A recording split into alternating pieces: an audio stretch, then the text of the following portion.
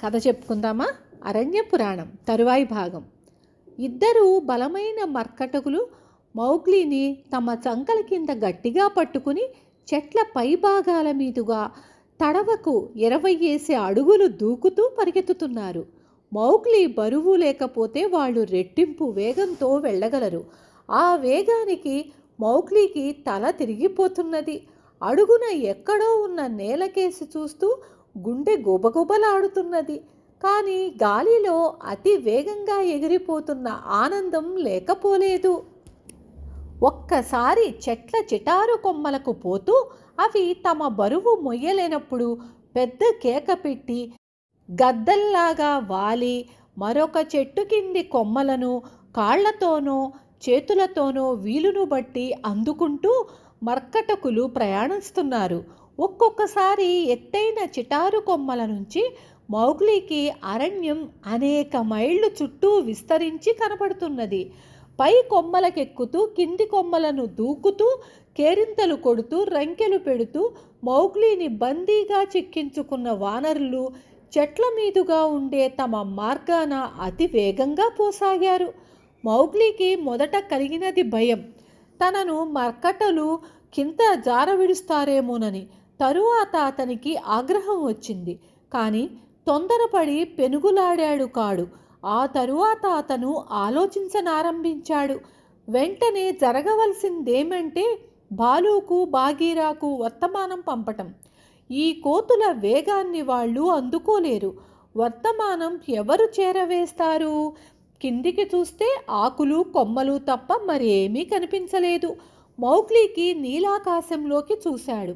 అరణ్యంలో ఏ ప్రాణి అయినా చస్తుందా అని చూస్తూ ఉన్న డేగ ఆకాశంలో చక్కర్లు కొడుతున్నాడు.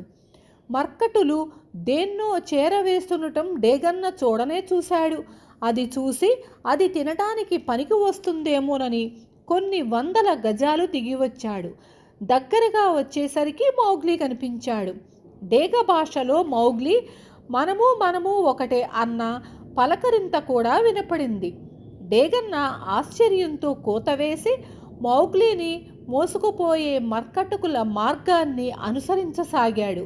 నేను వెళ్ళే దారి గుర్తుంచుకొని బాలుకి బాగీరాకి శిఖరం మీద మందకు చెప్పు అని మౌగ్లీ డేగ భాషలో కేక పెట్టాడు.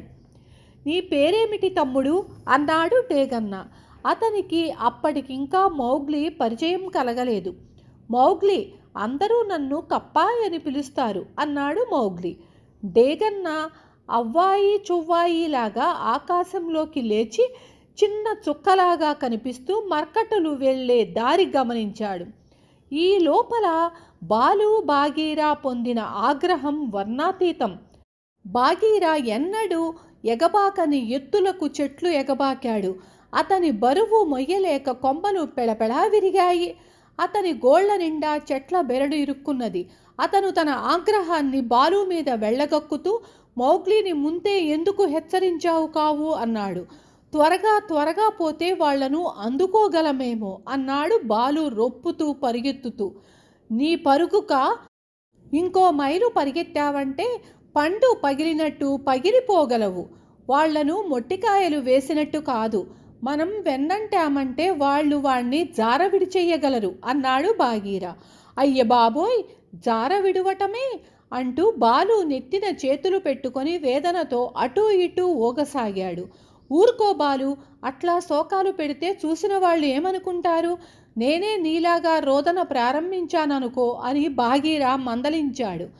ఎవరేమనుకుంటే నాకేం, వాడి పాటికే చచ్చాడేమో అంటూ బాలు చేతులు ఊపుతూ తనను తాను వైనాలుగా తిట్టుకుంటున్నాడు.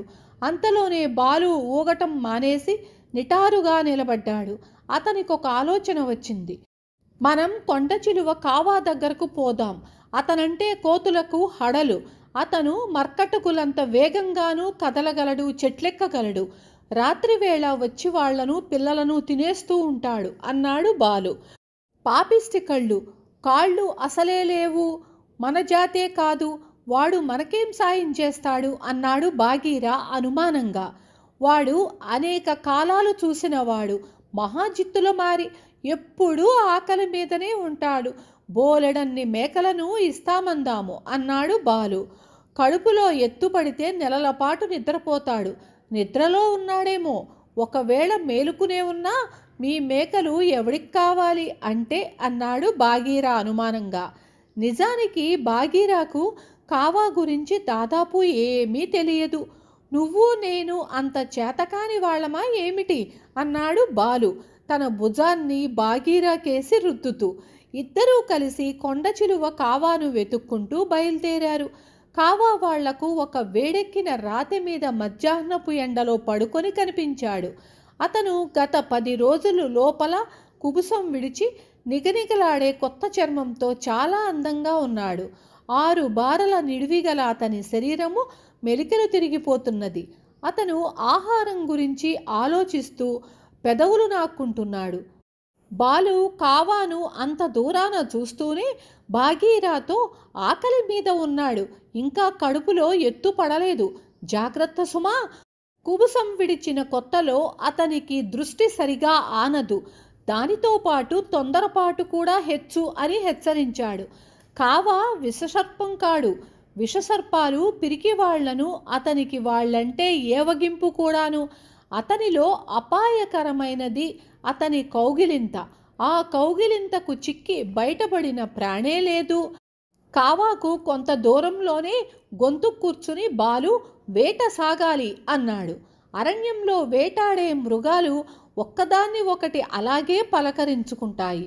ఓహో బాలువా, వేట సాగాలి బాగీరా, ఆకలి దహించుకుపోతున్నది. ఎక్కడన్నా తిండి దొరికేనా అన్నాడు కావా కొండ చిలువ. మేము వేట పని మీదే ఉన్నాం అన్నాడు బాలు. అయితే నన్ను కూడా వెంట తీసుకుపోదురు. మీ వేట క్షణాల మీద అయ్యేది. నేనట్లా కాదే. ఏ కొమ్మకో చుట్టుకొని రోజులు వారాలు వేచి ఉంటే గాని ఏ కోతి పిల్లలో దొరకదు. కాకపోయినా ఈ కాలంలో ఏం చెట్లు ఏం కొమ్మలు, చావ ఏడిస్తేగా. నా చిన్నతనంలో చెట్ల కొమ్మలు ఎలా ఉండేవి అన్నాడు కావా. కాకపోతే మాత్రం నీ బరువు కాస్త కోస్తానా అన్నాడు బాలు. కావా కాస్త గర్వంగా, బారు బాగానే ఉన్నాననుకో, అయినా ఇప్పుడు కొత్తగా పెరిగే చెట్లు ఎందుకు పనికిరావు. కిందటి మాటు నేను వేట మీద ఉన్నప్పుడు ఏమైందనుకున్నారు? పడ్డంత పని చేశాను. కొమ్మ మీద నుంచి ఒళ్ళు జారసాగింది. ఆ చప్పుడుకు మర్కటులు మేల్కొన్నారు. వాళ్ళు నన్ను తిట్టిన తిట్లు ఇన్ని అన్నీ కావు అన్నాడు కావా. కాళ్ళు లేని పచ్చపురుగనా అన్నారు అన్నాడు బాగీరా. నన్ను వానరులు అంత మాట అన్నారుగా. బుస్ అన్నాడు కావా రోషంతో. నోటికి వచ్చిందల్లా అంటారు. నీ దంతాలన్నీ ఊడాయట. నువ్వు చిన్న చిన్న మేకల్ని తప్ప ఇంకే పెద్ద జంతువు ఎదుట పడలేవట. మేకపోతు కొమ్ములంటే నీకు చచ్చే భయమట. వాళ్ల నోటికి శుద్ధా బుద్ధా అన్నాడు బాగీరా. కావా ఎంతో వయసు గల సర్పం. అలాంటి వాడిలో ఆగ్రహం కలిగితే ఒక అంతట పైకి తెలీదు. కానీ కావా కండరాల కదలికను బట్టి అతనికి బాగా ఆగ్రహం వచ్చినట్లు బాలు బాగీరా తెలుసుకున్నారు. మర్కటులు తమ నివాస స్థలం మార్చారు. ఇంతకు ముందు నేను ఎండపొడలో వచ్చినప్పుడు చెట్ల చివరల వాళ్ళు పెడబొబ్బలు విన్నాను అన్నాడు కావా. మేము మర్కటులనే వేటాడుతున్నాము అన్నాడు బాలు. మీ ఇద్దరిలాంటి మహాయోధులు మర్కటుల వెంట పడడానికి విశేష కారణం ఏదో ఉండాలే అన్నాడు కావా. నాదే ముందులే, నేను తోడేలు పిల్లలకు శాస్త్రం చెప్పేవాణ్ణి అంటూ బాలు నీళ్లు నమిలాడు. బాగీరా అతనికి అడ్డం వచ్చి, కావా, అసలు విషయం ఏమిటంటే కాయలు దొంగిలించే కిచకిచగాళ్ళు మా మనిషి కూనను ఎత్తుకుపోయారు. నువ్వు వాణ్ణి గురించి వినే ఉండవచ్చు అన్నాడు. ఒక మనిషి కూన తోడేళ్ల మందలో చేరినట్లు విన్నాను కానీ నమ్మలేదు అన్నాడు కావా. ఆ మాట నిజమే కావా. అలాంటి మనిషి కూనను ఎక్కడా చూడము. ఎంత తెలివి, ఎంత ధైర్యము. వాడి మూలంగా నాకెంత కీర్తి రానున్నది. మాకు వాడంటే ప్రాణం అన్నాడు బాలు. ప్రేమంటే ఏమిటో నాకు తెలుసు.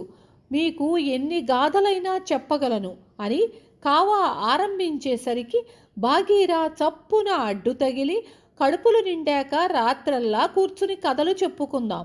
ప్రస్తుతం మా మనిషి కూన మర్కటుల చేతికి చిక్కాడు. కావా అంటే మర్కటులకు హడలు కదా అన్నాడు. వాళ్లకు నేనంటే భయం. మూర్ఖులు వదరబోతులు, వాగుడుకాయలు.